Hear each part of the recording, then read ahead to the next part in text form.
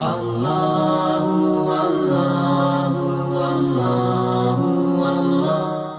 اللہ تعالیٰ نے جو اپنی مخلوقات کو خلق فرمایا ہے،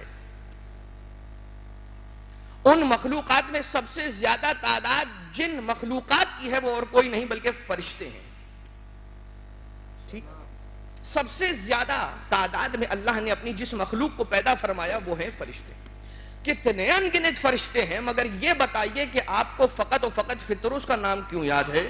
آپ کو رضوان کا نام کیوں یاد ہے؟ آپ کو جبریل کا نام کیوں یاد ہے؟ اس کے معنی یہ ہوئے کہ فرشتے بھی اہل بیت کو پہچانوانے نہیں آتے تھے، وہ بار بار آسمان سے اتر کر در اہل بیت پر اہل بیت کو پہچانوانے نہیں آتے تھے، خود کو پہچانوانے کے لیے آتے تھے.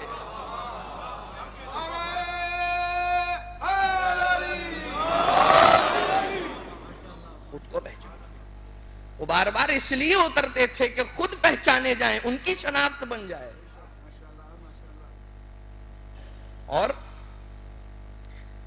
اس خاموش کائنات کے اندر بھی کچھ مثالیں ہیں. کتنی تعداد ہے ستاروں کی؟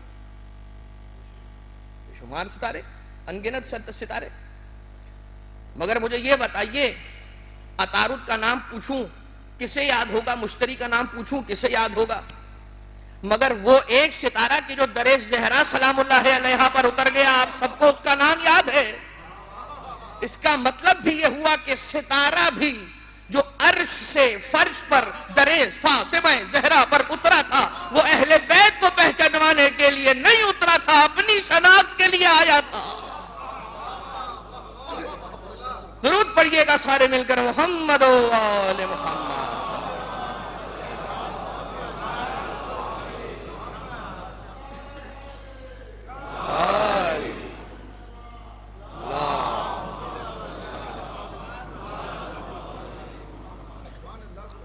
تو عزیزان محترم، فقط اتنا کہ ہماری اور آپ کی کیا بساط. ہم جس دنیا میں پیدا ہوئے وہ دنیا بنی ان ہستیوں کے صدقے میں ہے. ہم نے جو نمک کھایا وہ ہے اس بی بی کے مہر کا حصہ.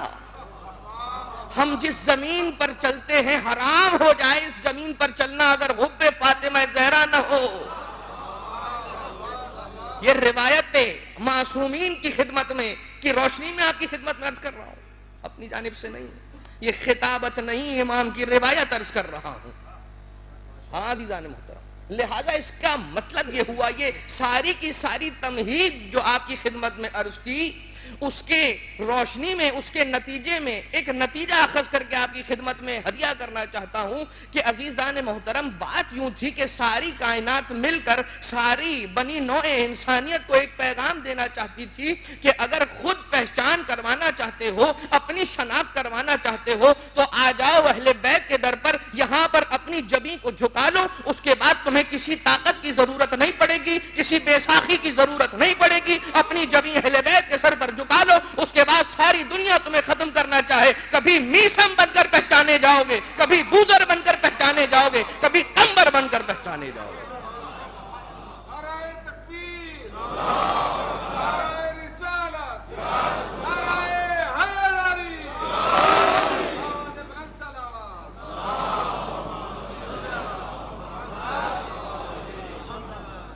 ماشاءاللہ ماشاءاللہ. تو کوئی خبردار یہ نہ سوچے کہ ذکر کر کے ہم انہیں کچھ دے رہے ہیں یا ہم نے انہیں کچھ دیا، انہیں کچھ نہ دیا. اپنی قبر کی پہلی رات کے لیے ایک دیا فراہم کر دیا.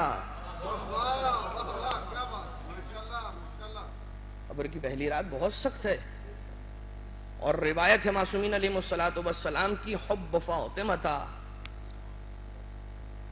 جناب فاطمہ کی محبت مومن کو 100 مقامات پر فائدہ پہنچاتی ہے. 100 مواطن،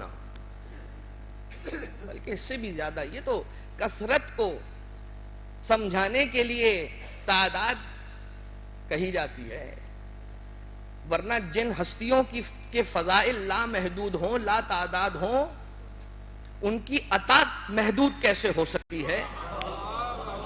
ان کی عطا محدود کیسے ہو سکتی ہے؟